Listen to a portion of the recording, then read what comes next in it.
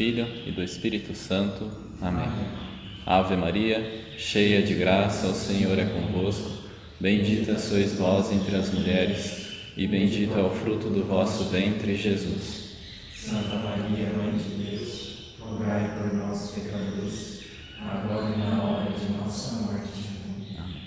Em nome do Pai, e do Filho e do Espírito Santo. Amém. Muito bem, então nessa apresentação eu vou falar um pouco sobre a missa, uma associação entre a missa e as últimas palavras que Cristo pronunciou na cruz.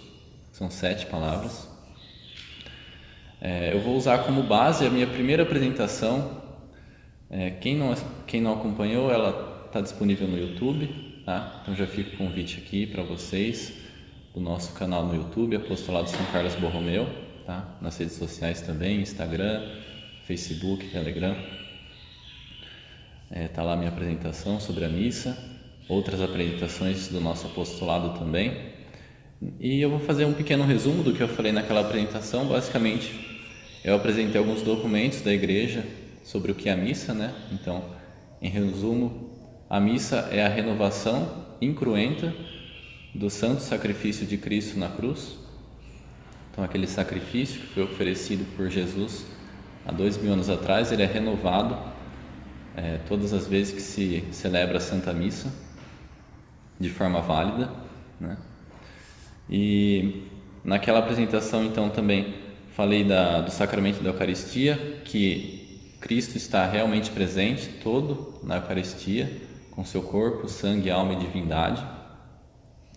E falei também que o sacerdote, pelo sacramento da ordem, ele age na missa na pessoa de Cristo, tá? Então é o próprio Cristo, através do sacerdote, que consagra as espécies do pão e do vinho. Então o sacerdote age in persona Christi, né, na pessoa de Cristo. E de forma breve apresentei um método de São Leonardo de Porto Maurício que nos auxilia a participar de forma frutuosa da Santa Missa, né, a partir de 4 pontos de meditação que se pode fazer durante a missa. Então, quem quiser ver com mais detalhes, fica o convite no YouTube para essa apresentação. Então eu vou usar como base esse ponto de partida de que a missa é o sacrifício de Cristo que se renova no altar, ok? Nessa apresentação eu vou usar esse livro aqui, O Calvário e a Missa, do Venerável Fulton Sheen, que foi um bispo americano que viveu no século XX, tá? Então basicamente ele faz essa associação entre cada uma das palavras que Cristo pronunciou no alto da cruz com uma das partes da missa, tá? Então esse é o objetivo principal dessa apresentação, é falar sobre esse livro. Vou usar como auxílio esse livro aqui de São Roberto Bellarmino, tá? As 7 palavras de Nosso Senhor Jesus Cristo na cruz, que é um livro excelente. São Roberto Bellarmino foi bispo cardeal italiano que viveu no século XVI e XVII, e ele é um doutor da igreja. Esse livro aqui é excelente, assim, ele explica de forma muito clara cada uma das palavras que Cristo pronunciou, o contexto em que tudo aconteceu. Ele explica de forma literal as palavras e depois apresenta os frutos que nós podemos colher de cada uma delas. Então fica a minha recomendação para esse livro, tá? Também queria fazer menção desse livro aqui, As 7 Palavras de Cristo na Cruz, do professor Felipe Aquino. É um livro com selo imprimatur, né? Eu não li esse livro ainda, mas fica a menção aqui porque eu conheço um pouco do trabalho do professor Felipe Aquino e imagino que seja uma boa obra também sobre o assunto, tá? Bom, então vamos lá. O que motivou a minha apresentação foi justamente esse livro do Fulton Sheen, né? Em que ele começa com uma pergunta. Na introdução do livro, no prefácio, ele faz uma pergunta: como é que a cruz se torna visível, né?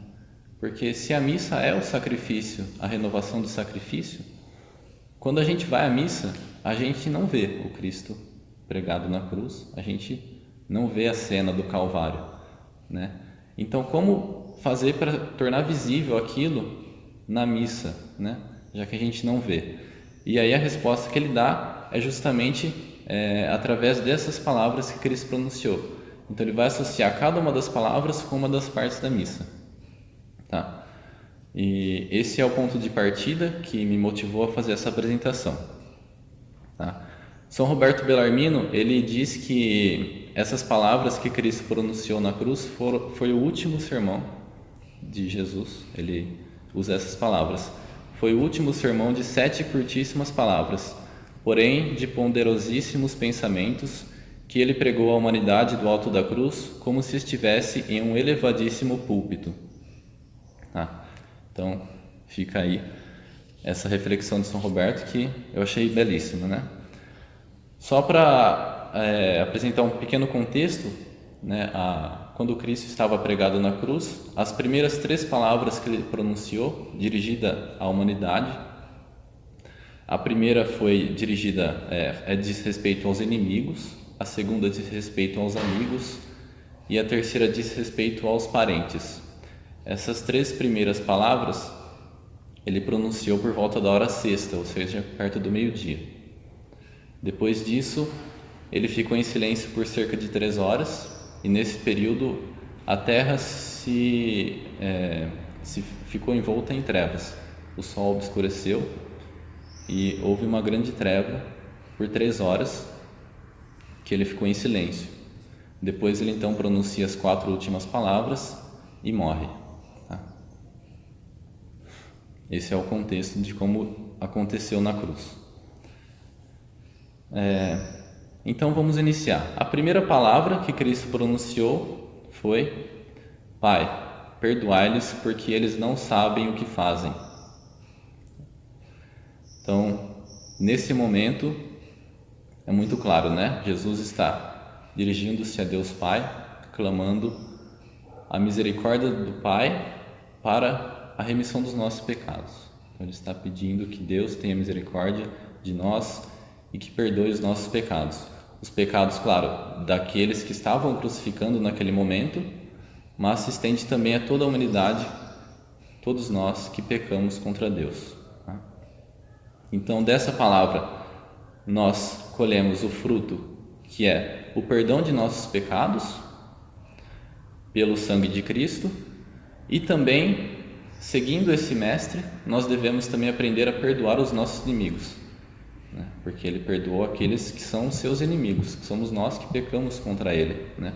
São Paulo já diz: sendo nós inimigos, fomos reconciliados com Deus pela morte de seu Filho. Então nós devemos aprender com Cristo a perdoar também os nossos inimigos.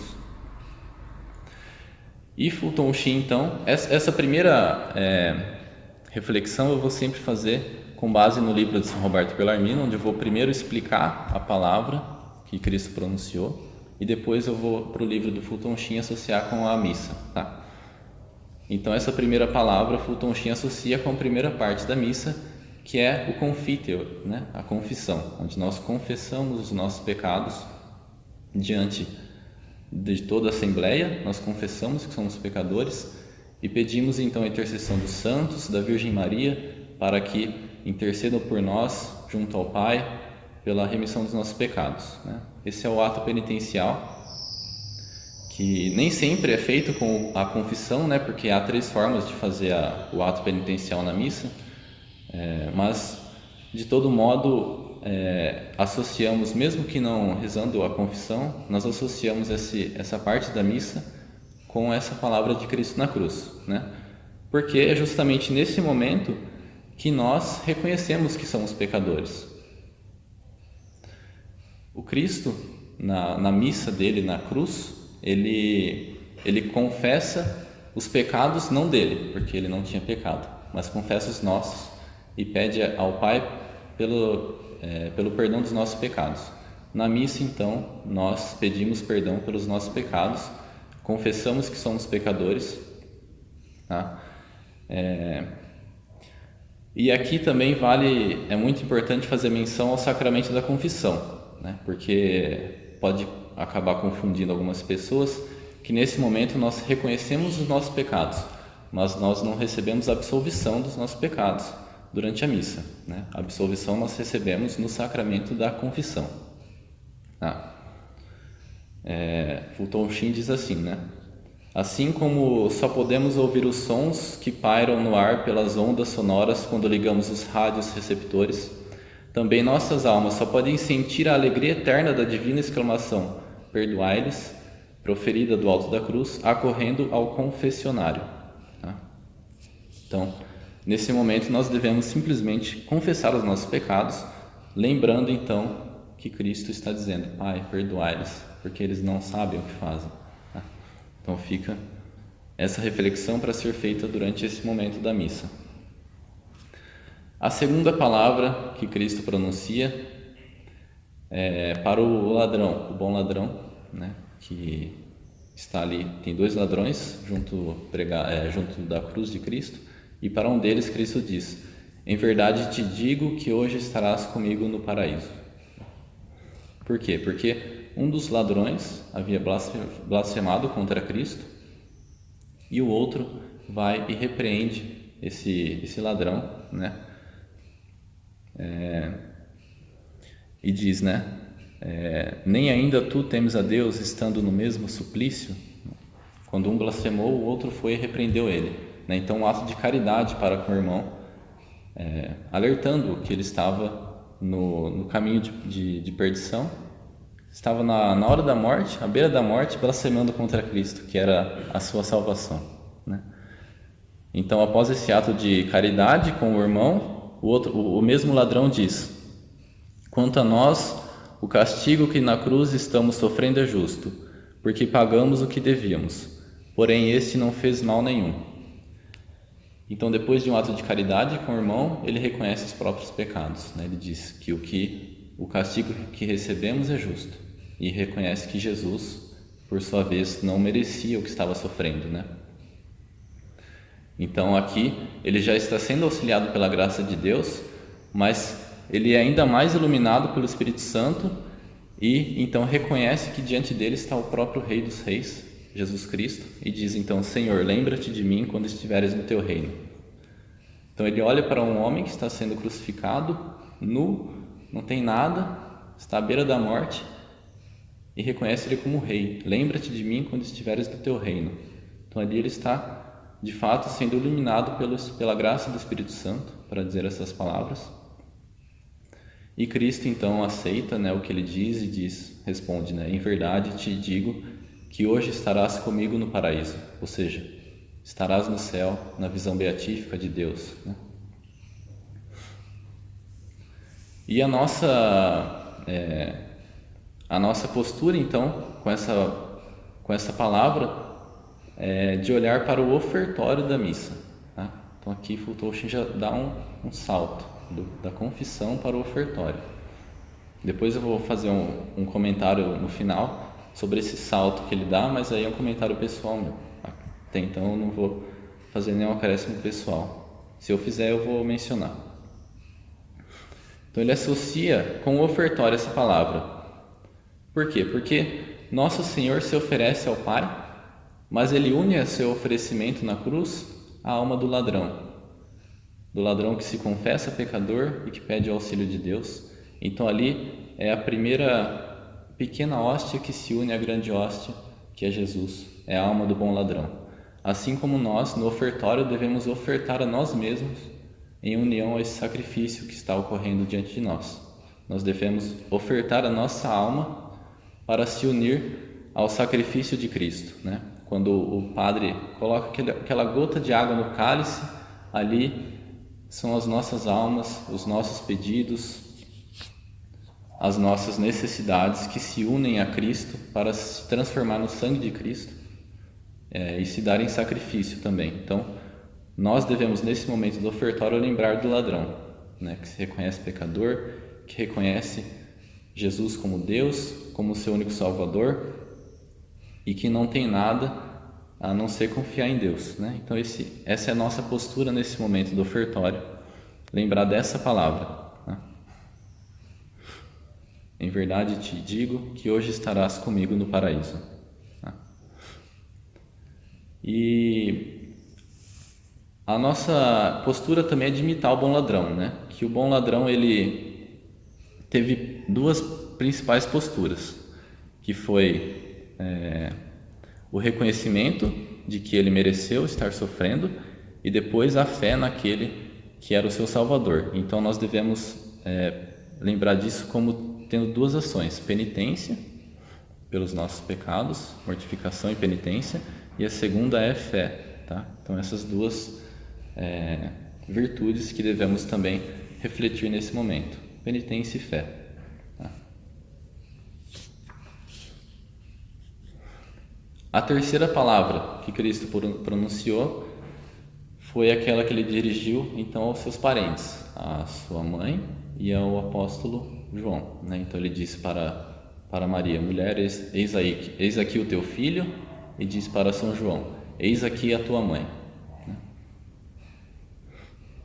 Então, em sentido literal, São Roberto Bellarmino diz que como Jesus estava morrendo, sabia que ia morrer, e ele sabia que sua mãe ia ficar sozinha, porque São José já tinha falecido, ela não tinha irmão nem irmã, então ele recomenda a Maria, que ficaria sozinha, recomenda a ela a São João, aos cuidados de São João. Então São João fica ali, a partir daquele momento, fica responsável por cuidar de Maria, né? E também nós, né, como um fruto dessa palavra, nós também ali, como católicos, somos representados por São João. Então também podemos dizer que Maria é nossa mãe, e ela pode dizer que nós somos seus filhos. Então esse é o principal fruto que eu vejo aqui dessa palavra. E Fulton-Sheen então associa essa palavra com o Sanctus, né? O santo da missa, que é o momento que antecede a consagração. Nós dizemos: Santo, Santo, Santo, Senhor Deus do Universo, o céu e a terra proclamam a vossa glória. Então esse é o momento em que nós reconhecemos Deus como aquele que é 3 vezes santo, né? Santo, Santo, Santo. E nós reconhecemos que nós, como nos oferecemos já para unir-nos ao sacrifício de Cristo, nós precisamos também ser santos. É esse o objetivo da nossa vida. Nós precisamos buscar a santidade. E como fazer isso? Pelo auxílio da Virgem Maria, que é nossa mãe, tá? Por isso que ele associa então essa palavra com o santo, porque nesse momento que nós reconhecemos a santidade de Deus, nós também devemos ser santos e santos através da intercessão de Maria, tá? Então nós devemos nos colocar sob a proteção da Virgem Santíssima para buscar a santidade, ok? E aqui um pequeno comentário, né, que Jesus aqui usa o termo mulher, né, não diz mãe. Aqui é justamente por isso, né, ele está tratando Maria por mulher, não porque ela deixou de ser sua mãe, isso nunca aconteceria, mas porque ele está ampliando a maternidade de Maria a todos nós, tá? Por isso que ele trata ela como mulher nesse momento. Então aí, depois dessa terceira palavra, há aquele período de silêncio de 3 horas que eu falei para vocês. E aí uma pequena reflexão minha, pessoal, é que dificilmente nós temos momentos de silêncio na missa, pelo menos nas que eu participo é difícil. Então nós devemos ter o esforço pessoal nosso de também manter o silêncio sempre que for possível na Santa Missa, principalmente nesse momento aqui, né? O momento que se aproxima da consagração, onde Cristo vai se fazer presente, onde o próprio sacrifício vai se renovar. Então o silêncio é muito importante, tá? Na Santa Missa. E aí então chegamos à quarta palavra, que depois desse silêncio e desse momento de trevas, quando as trevas já vão passando, então Jesus diz: meu Deus, por que me abandonastes? Que é uma palavra que gera uma certa confusão, porque como pode Deus ter abandonado Jesus se Jesus era o próprio Deus, né? E aí então eu quero trazer com mais detalhes aqui a reflexão de São Roberto Bellarmino, porque ele explica isso de forma muito clara, pelo menos no meu ponto de vista. Eu vou tentar trazer para vocês. né? É a explicação desta palavra. Então ele diz que o abandono de Cristo por seu Pai poderia ser entendido de 5 modos, porque há 5 formas de união na pessoa do Filho de Deus, que é Jesus Cristo. A primeira união é uma união natural e eterna da pessoa do Pai com a pessoa do Filho em essência, porque o Pai e o Filho estão eternamente unidos por serem um só Deus com o Espírito Santo. Então essa união natural pela natureza divina deles. A segunda união é uma união nova da natureza divina com a natureza humana na pessoa do Filho, né? Então quando Deus Filho se encarna, então a natureza divina se une com a natureza humana. Essa é a segunda união que há na pessoa do Filho. A terceira foi a união da graça e da vontade, pois Cristo foi cheio de graça e de verdade, fazia sempre o que era do agrado de Deus. Tá? Então ele estava sempre sujeito à vontade de Deus. A quarta foi a união da glória, pois a alma de Cristo viu Deus desde a sua conceição. Tá? Então a alma humana de Cristo tinha a visão beatífica desde sua concepção. Essa é a quarta união. E a quinta foi a união de proteção. Tá? E aí São Roberto ele faz uma longa reflexão sobre cada uma dessas uniões e ele conclui que só a quinta união é a que poderia ser interrompida, essa união de proteção. As outras 4 são impossíveis de serem separadas. E por que, né? Essa quinta união pode ser interrompida? A união de proteção, justamente para que a oferenda do sacrifício cruento pudesse acontecer. Tá? Então, de muitos modos, Deus Pai poderia proteger Jesus Cristo de sofrer tudo o que ele sofreu e de morrer, mas ele escolheu deixar de Cristo sofrer a sua paixão e morrer na cruz. Tá? Então, ele permitiu esse sofrimento humano de Jesus Cristo. E esse foi o abandono dessa quinta união, né, que seria a união de proteção. E Cristo, quando ele diz isso, meu Deus, por que me abandonaste? Ele não está reclamando de Deus Pai, de forma alguma. Ele simplesmente está dando a nós a conhecer que ele de fato sofreu. Porque até então ele estava sofrendo calado. E muitos poderiam dizer que ele então não estava sentindo nada, né? Já que era Deus, ele poderia simplesmente não sentir as dores da sua paixão. E muitos poderiam pensar isso. Mas então ele diz essas palavras logo antes de morrer, justamente para que nós tivéssemos o conhecimento de que de fato ele estava sofrendo tudo aquilo pelo que ele passou, né? Todas as dores da sua paixão, ele estava sofrendo de fato, que foram muitas.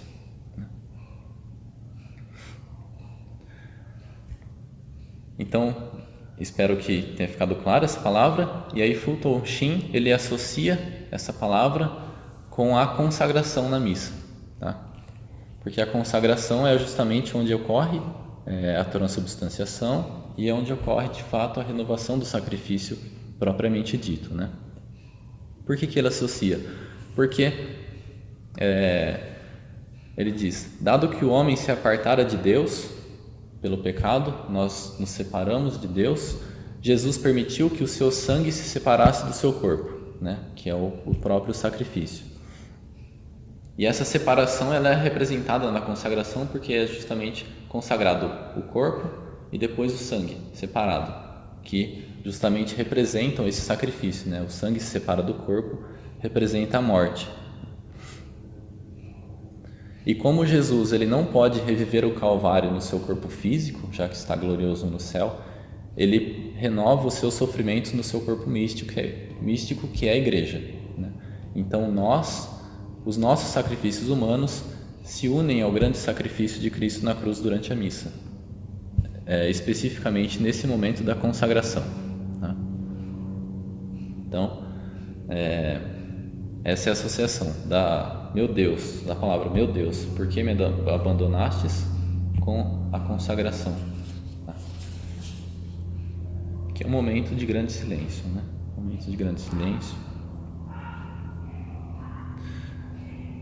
E aí então partimos para a quinta palavra, que é quando Cristo diz: tenho sede. Então, nesse momento, imaginem, né? Cristo já tinha sofrido muito, né? Ele tinha perdido muito sangue, e a gente sabe que quando a gente perde sangue, a gente sente mais sede. Quanto mais sangue nós perdemos, aumenta mais a nossa sede. A sensação física que se tem quando se perde sangue é a sede. E Cristo já havia suado sangue no Horto das Oliveiras pela sua agonia. Ele havia sofrido a flagelação, que derramou muito sangue. Ele havia recebido já a coroa de espinhos, que fez sangrar muito mais. Ele tinha carregado a cruz pesadíssima até o Calvário, que fez ele cansar-se ainda mais. E depois ele foi pregado na cruz, que fez abrir 4 fontes que jorravam muito sangue, né? Nas 2 mãos e nos 2 pés. Então ali a sede que Jesus sentiu é algo inimaginável, né? É algo grandiosíssimo. E ele então diz: tenho sede, né? Porque de fato ele estava sentindo muita sede. E também para cumprir a última profecia que faltava ser cumprida a respeito dele, né? Que era o Salmo 68. Tendo sede, deram-me a beber vinagre. Então quando ele diz tenho sede, deram para ele vinagre, né? Que aumentava ainda mais a sede, aumentava ainda mais o sofrimento e fazia com que ele se aproximasse ainda mais rápido da morte. Então, de fato, a paixão de Cristo não teve nenhum momento de refrigério, de conforto. Foi do início ao fim sofrimento e mais sofrimento a cada instante. E essa palavra tenho sede é associada por Fulton Sheen com a comunhão, porque a sede que Nosso Senhor tem hoje é a sede das nossas almas, tá?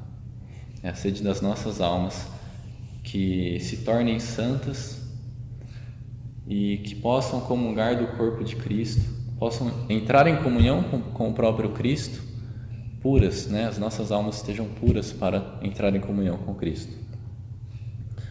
E do mesmo modo que Cristo tem sede de nossas almas, nós devemos ter sede e fome de estar em comunhão com Cristo, de recebê-lo na comunhão com a alma pura, né? De receber o seu corpo e sangue, e sermos de fato incorporados na vida de Cristo, né?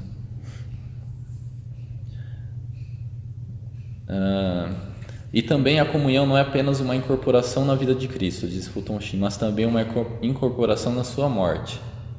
A comunhão implica não apenas receber, mas também dar. Devemos levar conosco para a mesa da Eucaristia o espírito de sacrifício, a mortificação da inferioridade do nosso ser, as cruzes suportadas com paciência, a crucificação do nosso egoísmo, a morte da nossa concupiscência e a nossa falta de merecimentos para receber a comunhão. Então essa deve ser a nossa postura diante desse momento sublime em que nós recebemos o próprio corpo e sangue de Cristo, com sua alma e divindade também. Tá? E aqui eu quero fazer uma reflexão pessoal,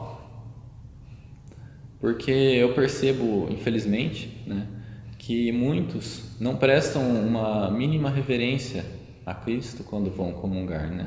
E recebem de forma rápida, se ajoelham por alguns segundos e logo se sentam, esperam que o padre dê logo a bênção final para sair e ir embora com pressa, né? E de fato o Cristo fica ali por pelo menos 15 minutos, né? O que nos diz a igreja sempre, né? Então, veja, muitas vezes quando o Cristo está exposto no ostensório, as pessoas se ajoelham e rezam, o que é muito bom, louvável. Mas quando está fisicamente aqui na nossa barriga, né? conosco, tratam como se fosse algo normal, algo comum, como quando não é, né? Não é. É o que de mais sublime nós podemos receber nessa vida. Nós não somos nem um pouco dignos disso, e nós recebemos isso pela infinita misericórdia de Deus, né? Pelo amor de Deus. E devemos então ter uma postura de mais reverência nesse momento, resignação, oração principalmente, né? Ação de graças, e refletir. Então fica aqui um ponto de reflexão, né? De que dessa palavra, né? Tenho sede, né? Deus tem sede das nossas almas, de que nós nos unamos a Ele de corpo e alma, porque Ele se dá todo a nós e nós devemos nos dar também todo a Ele. E agora então a sexta palavra, que aí perto, já logo após, né, ele beber o vinagre, ele diz então: tudo está consumado, porque de fato todas as profecias a respeito dele estavam cumpridas, mas principalmente porque toda a obra da redenção já havia sido cumprida. Então, né, tudo está consumado, que ele já ia em seguida morrer, e então toda a obra da redenção está concluída, finalizada. De fato, né? Porque o Deus Pai tinha dado a Jesus Cristo dois principais serviços: primeiro, pregar o Evangelho, e o segundo, sofrer pelo gênero humano. O primeiro, de pregar o Evangelho, Nosso Senhor já disse no capítulo 17 de São João: eu acabei a obra que tu me encarregaste que fizesse, manifestei o teu nome aos homens. Então ele já tinha acabado essa obra ali já no sermão que ele pregou aos discípulos na última ceia, depois da última ceia. Então restava esse outro serviço, que era o de sofrer pelo gênero humano, e ali então ele já tinha sofrido, e então diz: tudo está consumado, porque nada mais restava a ser feito pela salvação do gênero humano.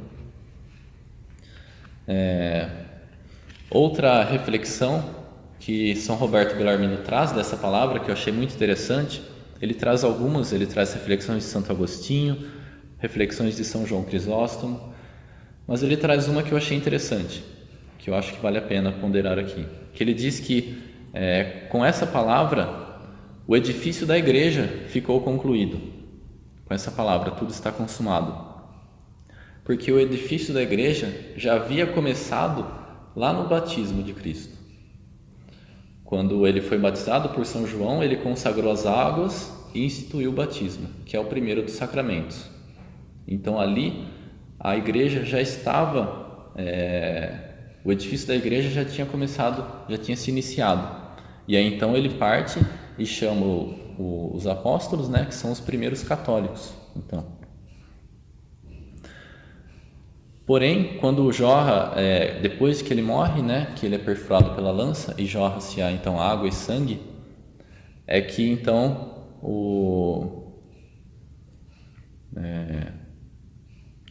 os sacramentos, né, da igreja, que já estavam instituídos, eles recebem a sua virtude a partir do sangue e da água que jorram do lado de Cristo.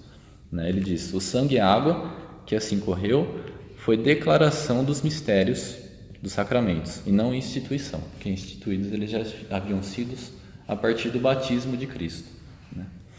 Então eu achei bem interessante que a igreja, ela inicia, segundo São Roberto, no batismo de Cristo, e os sacramentos eles recebem a sua virtude a partir da paixão, a partir do sangue de Cristo. E essa palavra tudo está consumado, Fulton Sheen associa com o final da missa, que é o ite missa est, em latim, ide, a missa acabou, ou como a gente diz na tradução, ide em paz, o Senhor vos acompanhe. Então é o final da missa, quando o padre já deu a bênção final e então encerra-se a missa, porque tudo está consumado, a missa já acabou, a missa acabou. Então nesse momento nós então devemos levar aquilo que vivenciamos na missa, as palavras que ouvimos no Evangelho, a comunhão que recebemos, devemos levar isso para a nossa vida no dia a dia, e então sair da missa diferente da forma como nós chegamos na missa, né? Ele diz então: o sacerdote não abandona o altar sem que a missa esteja terminada. Também nós devemos permanecer na cruz até que as nossas vidas se tenham cumprido. Então, nós participamos do sacrifício de Cristo na cruz e devemos permanecer com a nossa cruz até morrer, né? Não podemos abandonar a nossa cruz.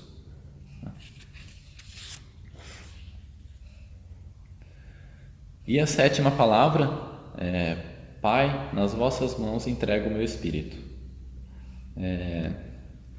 Então aqui ele simplesmente está reconhecendo que vai morrer, né? Ele está dizendo: Pai, entrego a minha vida corporal nas tuas mãos, e morre, né? Ao dizer isso ele morre. Então aqui não há muito o que explicar, que as palavras se auto-explicam, né?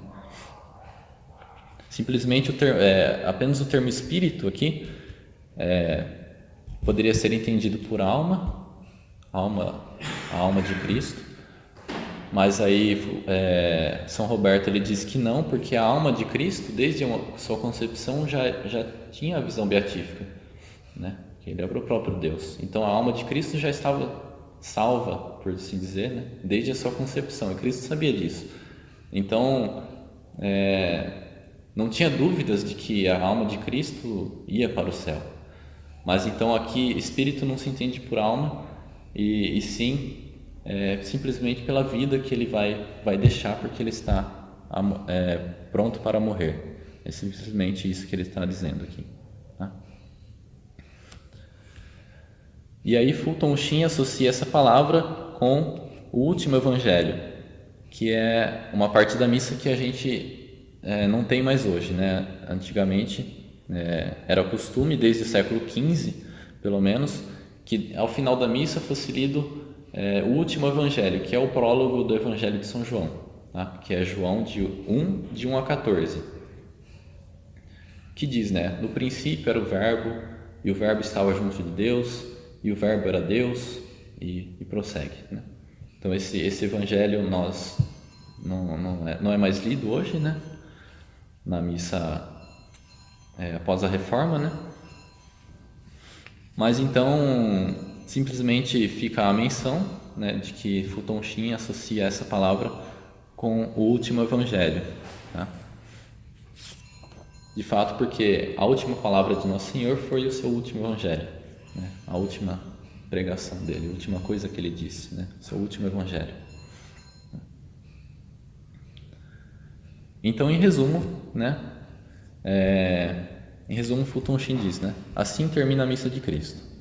O Confiteor foi a sua oração ao Pai para que nos perdoasse os nossos pecados. O ofertório foi a apresentação das pequenas hóstias sobre a patena da cruz. Os Santos foi a encomendação das nossas almas a Maria, a Rainha de todos os santos.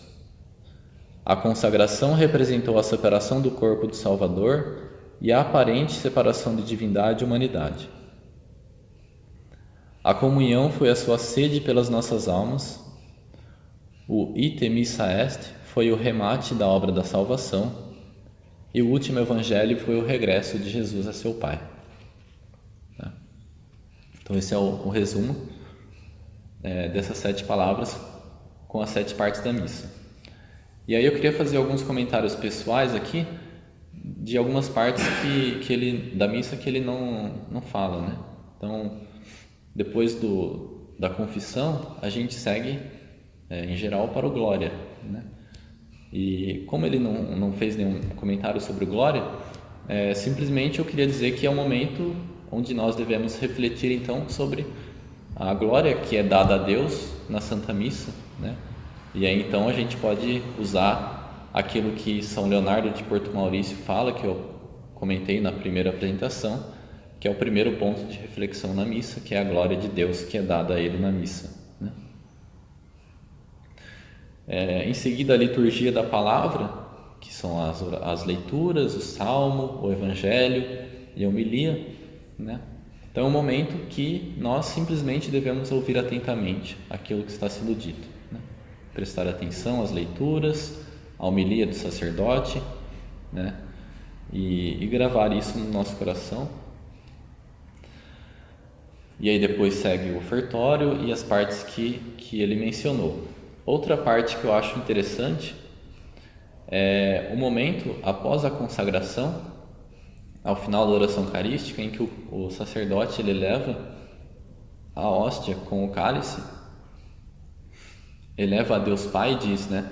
Por Cristo, com Cristo e em Cristo. A vós, Deus Pai Todo-Poderoso, na unidade do Espírito Santo, toda honra e toda glória, agora e para sempre. E nós respondemos com aquele grande amém, né, que muitas vezes é cantado.